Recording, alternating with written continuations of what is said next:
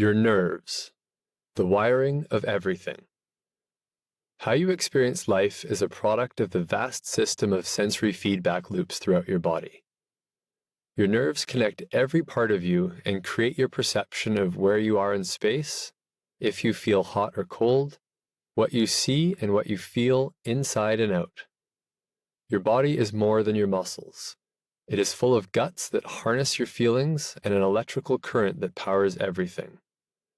Injuries, stress, and depression all impact the number of amps running through your system. As a physiotherapist, I spend my days physically touching, moving, and poking people. And over time, I have developed the skill to assess and feel the impact of subtle irritations in a client's nervous system. After the opportunity to work with someone over a series of weeks, it starts to become clear if the driving force behind their dysfunction is more physical or emotional. Your head is full of thoughts, but your body experiences how you feel. Unchecked thoughts bouncing around your head create stress in your nervous system, which in turn tends to create tension in your muscles and around your organs. Combine your twirling brain with the fact that we are not really built to sit or stand at desks all day, have our feet stuffed into shoes most of the time, and only walk around on flat ground, and you can start to see why most people have some sort of discomfort in their bodies. Your nervous system gets annoyed when you don't do a good job of holding your spine up against gravity every day, when your boss is stressing you out, and when you occasionally physically hurt yourself. Your spinal cord and your brain act as the fuse box and processing center of your body. The nerves that extend from your neck provide the electrical wiring to your arms. The nerves from your mid-back innervate your trunk and organs, while the nerves from your low back provide the connections to your legs and feet. There are sensory nerves and motor nerves that continually relay information throughout your body and help you navigate your way through the world.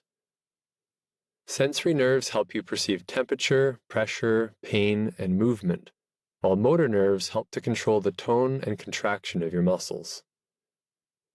These nerves are like sensitive pieces of dental floss that extend from your spine and snake their way throughout your body. They need to slide and glide through and around tissues as you move, and can commonly get compressed or restricted along the way. The size, location, and type of nerve you manage to irritate will dictate what type of sensation you feel or don't feel as a result. The result can be shooting pain, numbness, tingling, burning, cramping, loss of control, or simply mild tightness.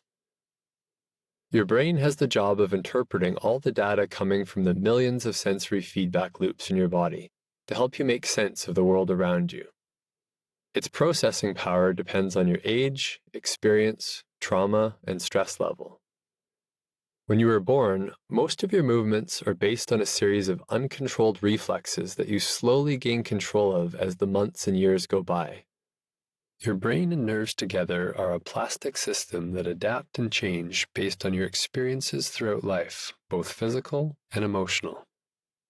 Over time, you develop what are called motor programs, which are a series of nerve firings that all happen together automatically, so you don't have to think about every little movement you make. A lot happens subconsciously so that you can think and talk while you walk and move. Our body develops an autopilot out of necessity because we can only mentally attend to a certain amount of information at once. Sometimes things we have habituated to rise to our level of awareness. Other times, we completely ignore some things we should pay attention to. This scenario tends to arise when you start feeling like something is off in your body. It may be pain, stiffness, or an awkward alignment feeling.